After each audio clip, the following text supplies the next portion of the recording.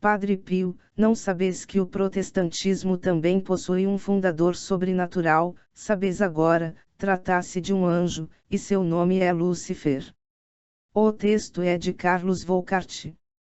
Um dos fatos pouco conhecido relacionado ao Padre Pio é a sua brutal e impiedosa aversão às heresias, em particular ao protestantismo. Sua repugnância à herança de Lutero era tamanha, que em certa ocasião deixa escapar esta revelação. Não sabeis que o protestantismo também possui um fundador sobrenatural. Sabeis agora, trata-se de um anjo, e seu nome é Lúcifer. É preciso salientar, ademais, que Padre Pio vivia em um convento, e não tinha contato pleno com o mundo externo, e sua ira contra o protestantismo certamente era movida de alguma forma pela sua misticidade. Isso fica bem claro quando ele diz: é a Virgem quem chora porque não combatemos este inimigo, o protestantismo. O santo estigmatizado ainda faz duas simples e contundentes analogias. Padre Pio era excelente em fazer comparações para advertir contra o perigo do protestantismo. O protestantismo é como uma nuvem negra que rapidamente cobre todo o brilho do sol. Sabeis, pois, que uma nuvem não é mais grandiosa que o sol, e que ela não o cobre para sempre. A nuvem passa pelo sol, assim como o protestantismo passará perante a Igreja, sem lhe causar dano algum, pois o que não provém do céu jamais poderá vencer o próprio céu. 2. Olhe para o protestantismo como um grande hospital, onde os médicos não são verdadeiros médicos, e os remédios não fazem efeito porque não possuem a substância correta. Verás, pois, que se um moribundo adentrar nesse hospital suplicando que lhe cure, sequer ouvirá uma solução para sua doença, ou será atendido de forma desleixada, e a morte será o seu único fim. Assim é o protestantismo: há pastores que não são pastores, e há doutrinas que não salvam, por não serem as doutrinas de Cristo. E seu único fim, do protestante, é a morte eterna, se a misericórdia divina não contrapuser a justiça temerosa. Por fim, a forma radical com a qual Padre Pio tratava a heresia protestante deve ser tomada como um exemplo para nós que somos filhos da Igreja de Cristo, pois, como o próprio santo disse, é impossível amar a Igreja e não lutar para destruir esta heresia. Notas. Padre Pio usa-o também porque, antes, referiu-se a Nosso Senhor como fundador da Igreja Católica. 2. Aqui, Padre Pio também afirma que a Igreja é o próprio céu. 3. No original, anientar e aniquilar. Fonte: http://blog.christfidei.com/2012/Pio-papa.html. As 7 razões principais pelas quais não se deve aprovar o protestantismo. Autor: Dom Estevão Bettencourt OSB. 1. Somente a Bíblia. Os protestantes afirmam que seguem a Bíblia como norma de fé. Acontece, porém, que a Bíblia utilizada por todos os protestantes é uma só, em português, e que vem a ser a tradução de Ferreira de Almeida. Por que então não concordam entre si no tocante a pontos importantes, ver número 2 adiante? E por que não constituem uma só comunidade cristã, em vez de serem centenas e centenas de denominações separadas, e até hostis, entre si? A razão disto é que, além da Bíblia, seguem outra fonte de fé e disciplina, luterana, fonte esta que explica as divergências do protestantismo. Tal fonte, chamamo-la tradição oral, é esta que dá vida e atualidade à letra do texto. A tradição oral do catolicismo começa com Cristo e os apóstolos, ao passo que as tradições orais dos protestantes começam com Lutero, 1517, Calvino, 1541, Knox, 1567, Wesley, 1739, Joseph Smith, 1830. entre Cristo e os apóstolos, de um lado, e os fundadores humanos das denominações protestantes, do outro lado, não há como hesitar, só se pode optar pelos ensinamentos de Cristo e dos apóstolos, deixando de lado os profetas posteriores. Notemos que o próprio texto da Bíblia recomenda a tradição oral, ou seja, a palavra de Deus que não foi consignada na Bíblia e que deve ser respeitada como norma de fé. Os autores sagrados não tiveram, em vista expor todos os ensinamentos de Jesus, como eles mesmos dizem. Há ainda muitas outras coisas que Jesus fez. Se elas fossem escritas, uma por uma, penso que nem o mundo inteiro poderia conter os livros que se teriam de escrever. João 21,25, confira 1 Tessalonicenses 2,15. Muitos outros prodígios fez ainda Jesus na presença dos discípulos, os quais não estão escritos neste livro. Estes, porém, foram escritos para que acrediteis que Jesus é o Cristo, o Filho de Deus, e para que, crendo, tenhais a vida em seu nome. João 20,30 seguidos. São Paulo, por sua vez, recomenda os ensinamentos que de viva voz nos foram transmitidos por Jesus e passam de geração a geração no seio da Igreja, sem estarem escritos na Bíblia. Sei em quem acreditei. Toma por norma as sãs palavras que ouviste de mim na fé e no amor do Cristo Jesus. Guarda o bom depósito com o auxílio do Espírito Santo que habita em nós. 2 Timóteo 1:12-14. Neste texto vê-se que o depósito é a doutrina que São Paulo fez ouvir a Timóteo, e que Paulo, por sua vez, recebeu de Cristo. Tal é a linha pela qual passa o depósito: Cristo, Paulo, Timóteo. A linha continua conforme 2 Timóteo 2,2.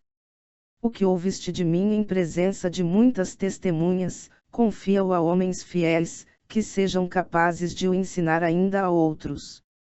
Temos então a seguinte sucessão de portadores e transmissores da palavra: o Pai, Cristo, Paulo, os apóstolos, Timóteo, os discípulos imediatos dos apóstolos, os fiéis, os outros fiéis. Desta forma, a Escritura mesma atesta a existência de autênticas proposições de Cristo a ser transmitidas por via meramente oral de geração a geração, sem que os cristãos tenham o direito de as menosprezar ou retocar. A Igreja é a guardiã fiel dessa palavra de Deus oral e escrita conforme nos revela Paulo. Todavia, se eu tardar, quero que saibas como deves portar-te na casa de Deus, que é a Igreja de Deus vivo, coluna e sustentáculo da verdade. 1 Timóteo 3,15. Dirão, mas tudo o que é humano se deteriora e estraga. Por isto a Igreja deve ter deteriorado e deturpado a palavra de Deus. Quem garante que esta ficou intacta através de 20 séculos na Igreja Católica? Quem o garante é o próprio Cristo, que prometeu sua assistência infalível a Pedro e as luzes do Espírito Santo a todos os seus apóstolos ou à sua Igreja. Ver Mateus 16:18, Lucas 22:31 seguidos, João 21,15-17, João 14:26, 16, 13 e 15. Não teria sentido o sacrifício de Cristo na cruz se a mensagem pregada por Jesus fosse entregue ao léu ou às opiniões subjetivas dos homens, sem garantia de fidelidade através dos séculos. Jesus não pode ter deixado de instituir o magistério da sua Igreja com garantia de inerrância. 2. Contradições. O fato de que não seguem somente a Bíblia, explica as contradições do protestantismo. Algumas denominações batizam crianças, outras não as batizam. Algumas observam o domingo, outras, o sábado. Algumas têm bispos, outras não os têm. Algumas têm hierarquia, outras entregam o governo da comunidade à própria congregação, congregacionalistas. Algumas fazem cálculos precisos para definir a data do fim do mundo, o que para elas é essencial. Outras não se preocupam com isto. Algumas acreditam na Trindade, outras não. Algumas professam a divindade de Cristo, outras não. Vê-se assim que a mensagem bíblica é relida e reinterpretada diversamente pelos diversos fundadores dos ramos protestantes, que desta maneira dão origem a tradições diferentes e decisivas. Ademais, todos os protestantes dizem que a Bíblia contém 39 livros do Antigo Testamento e 27 do Novo Testamento, baseando-se não na Bíblia mesma, que não define o seu catálogo, mas unicamente na tradição oral dos judeus de Jânia reunidos em sínodo no ano 100 depois de Cristo. Todos os protestantes afirmam que tais livros são inspirados por Deus, baseando-se não na Bíblia, que não o diz quais são ou não, mas unicamente na tradição oral. Onde está, pois, a coerência dos protestantes? Pelo seu modo de proceder, afirmam o que negam com os lábios, reconhecem que a Bíblia não basta como fonte de fé. É a tradição oral que entrega e credencia a Bíblia. 3. Só escolho as partes que me agradam. Há passagens da Bíblia que os fundadores do protestantismo no século XVI não aceitaram como tais, por isto são desviadas do seu destino original muito evidente. 1. A Eucaristia, Jesus disse claramente, isto é o meu corpo, Mateus 26,26, e isto é o meu sangue, Mateus 26,28. Em João 6,51 Jesus também afirma, o pão que eu darei, é a minha carne para o mundo. Aos judeus que zombavam, o Senhor tornou a afirmar, em verdade vos digo, se não comerdes a carne do Filho do Homem e não beberdes o seu sangue, não tereis a vida em vós. Quem come minha carne e bebe o meu sangue, tem a vida eterna, eu o ressuscitarei no último dia. Pois a minha carne é verdadeiramente uma comida e o meu sangue verdadeiramente uma bebida. 2. Os protestantes não aceitam o sacramento do perdão e da reconciliação. João 21,17. Jesus entregou aos apóstolos a faculdade de perdoar ou não perdoar os pecados, o que supõe a confissão dos mesmos para que o ministro possa discernir e agir em nome de Jesus. Recebei o Espírito Santo. Aqueles a quem perdoardes os pecados, ser-lhes-ão perdoados, aqueles a quem não os perdoardes, não serão perdoados. João 20:22 seguidos. 3. Jesus disse ao apóstolo Pedro, tu és Pedro, Kefa, e sobre esta pedra, Kefa, edificarei a minha igreja. Mateus 16,18. Disse unicamente a Pedro, Simão, Simão, eu roguei por ti, a fim de que tua fé não desfaleça. E tu, voltando-te, confirma teus irmãos. Lucas 22:31 seguidos. Ainda unicamente a Pedro, apacenta as minhas ovelhas. João 21,15. Apesar de tão explícitas palavras de Jesus, os protestantes não reconhecem o primado de Pedro. Por que será? 4. Jesus disse que edificaria a sua igreja, a minha igreja, Mateus 16,18, sobre Pedro. As denominações protestantes são constituídas sobre Lutero, Calvino, Knox, Wesley, etc. Antes desses fundadores, que são dos séculos XVI e seguintes, não existia o luteranismo, o calvinismo, presbiterianismo, o metodismo, o mormonismo, o adventismo, pentecostalismo, etc. Entre Cristo e estas denominações há um hiato e somente a Igreja Católica remonta até Cristo. 5. O apóstolo São Paulo, referindo-se ao seu elevado entendimento da mensagem cristã, recomenda a vida una ou indivisa, celibatária, para homens e mulheres. Dou um conselho como homem que, pela misericórdia do Senhor, é digno de confiança. O tempo se fez curto. Resta, pois, que aqueles que têm esposa, sejam como se não a tivessem, aqueles que choram, como se não chorassem, aqueles que se regozijam, como se não se regozijassem, aqueles que compram, como se não possuíssem, aqueles que o usam deste mundo, como se não usassem plenamente. Pois passa a figura deste mundo.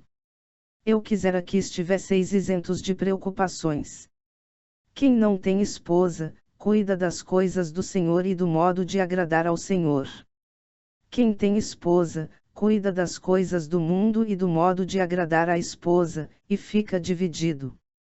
Da mesma forma a mulher não casada e a virgem cuidam das coisas do Senhor, a fim de serem santas de corpo e de espírito. Mas a mulher casada cuida das coisas do mundo, procura como agradar ao marido, 1 Coríntios 7,25-34. Ora, os protestantes nunca citam tal texto quando se referem ao celibato e à virgindade consagrada a Deus. É estranho, dado que eles querem em tudo seguir a Bíblia. 4. Esfacelamento e divisão. Jesus prometeu à sua igreja que estaria com ela até o fim dos tempos, confira Mateus 28,20, prometeu também aos apóstolos o dom do Espírito Santo para que aprofundassem a mensagem do Evangelho, confira João 14,26, 16-13 seguidos. Não obstante, os protestantes se afastam da igreja assim assistida por Cristo e pelo Espírito Santo para fundar novas igrejas. São instituições meramente humanas, que se vão dividindo, subdividindo e esfacelando cada vez mais, empobrecem e pulverizam sempre mais a mensagem do Evangelho, reduzindo-a ora a sistema de curas, curandeirismo, milagre e serviço ao homem, casa da bênção, igreja socorrista, ciência cristã. B. Ora a um retorno ao Antigo Testamento, com empalidecimento do Novo, assim os ramos adventistas testemunhas de Jeová, igrejas messiânicas, etc. C. Ora a um prelúdio de nova revelação, que já não é cristã. Tal é o caso dos mormons, tal é o caso das testemunhas de Jeová, que negam a divindade de Cristo, a SS. Trindade, teologia da prosperidade, e toda a tradição cristã oriunda dos apóstolos, que nunca ensinaram isto. 5. Deterioração da Bíblia e sua mensagem original. O fato de só quererem seguir a Bíblia, que na realidade é inseparável de tradição oral, que aberçou e a acompanha evitando os desvios, tem como consequência o subjetivismo dos intérpretes protestantes. Alguns entram pelos caminhos do racionalismo e vêm a ser os mais ousados dilapidadores ou roedores das Escrituras, tal é o caso de Bultmann, Marcin, Arnach, Reimarus, Bauer, etc. Outros preferem adotar cegamente o sentido literal, sem o discernimento dos expressionismos próprios dos antigos semitas, o que distorce, de outro modo, a genuína mensagem bíblica.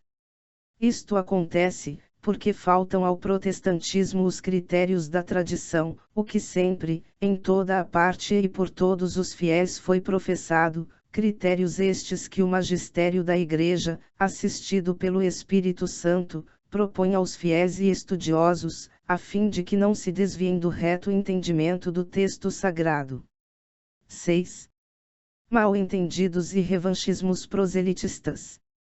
Quem lê um folheto protestante dirigido contra as práticas da Igreja Católica, veneração e não adoração das imagens, honras à Virgem Santíssima e aos santos como modelos a imitar e intercessores junto a Cristo, o celibato para alguns, etc., lamenta o baixo nível das argumentações, são imprecisas, vagas, ou mesmo tendenciosas, afirmam gratuitamente sem provar as suas acusações, não raro baseiam-se em premissas falsas, datas fictícias, anacronismos meramente revanchistas.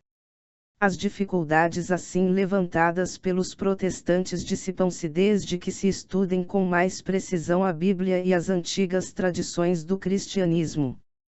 Vê-se então que as expressões da fé e do culto da Igreja Católica não são senão o desabrochamento homogêneo das virtualidades do Evangelho, sob a ação do Espírito Santo, o grão de mostarda trazido por Cristo à terra tornou-se grande árvore, sem perder a sua identidade, Confira Mateus 13,31 seguidos. Vida é desdobramento de potencialidades e agiornamentos do tempo.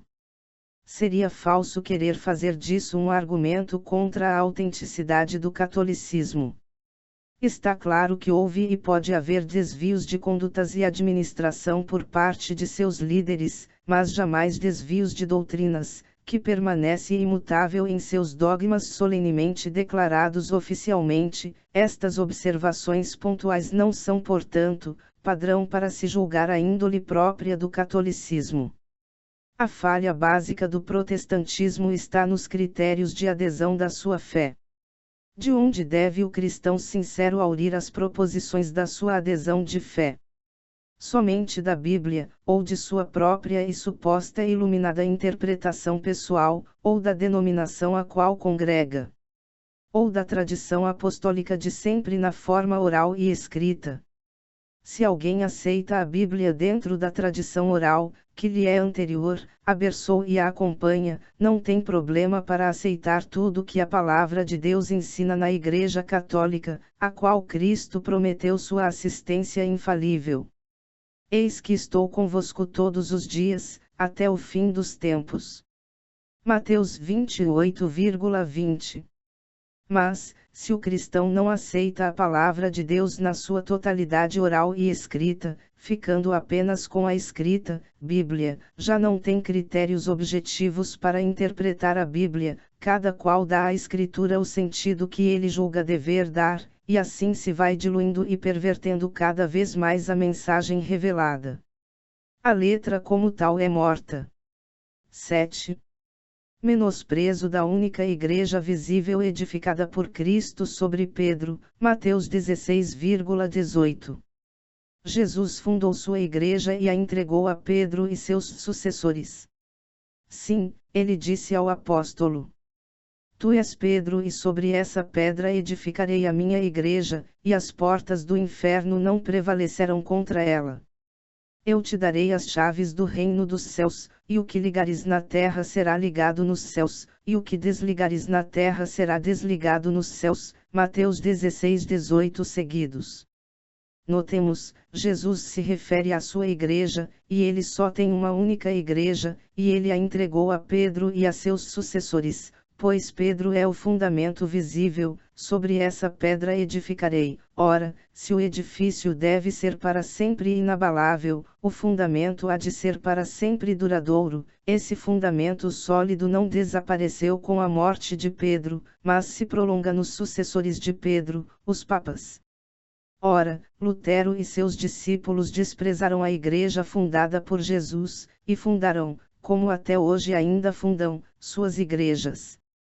Em consequência, cada igreja protestante é uma sociedade meramente humana, que já não tem a garantia da assistência infalíveis de Jesus e do Espírito Santo, porque se separou do tronco original. A experiência mostra como essas igrejas se contradizem e ramificam em virtude de discórdias e interpretações bíblicas pessoais dos seus fundadores. Predomina aí a axiologia dos homens ou de cada profeta de denominação protestante. Mas as falhas humanas dos membros da Igreja não são empecilho para crer.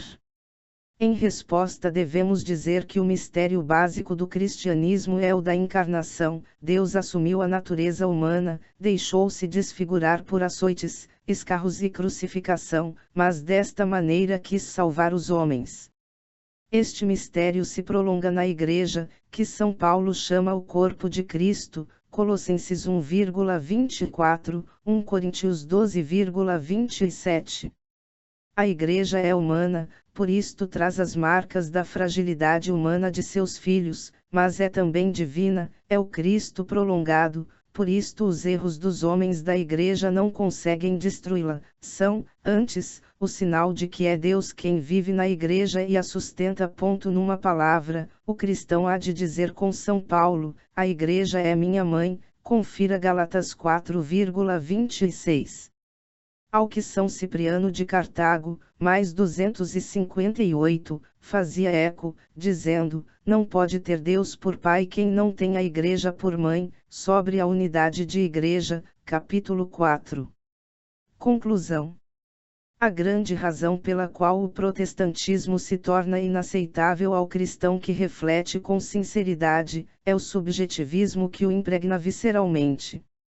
A falta de referenciais objetivos e seguros, garantidos pelo próprio Espírito Santo, confira João 14,26, 16-13 seguidos, é o principal ponto fraco ou o calcanhar de Aquiles do protestantismo.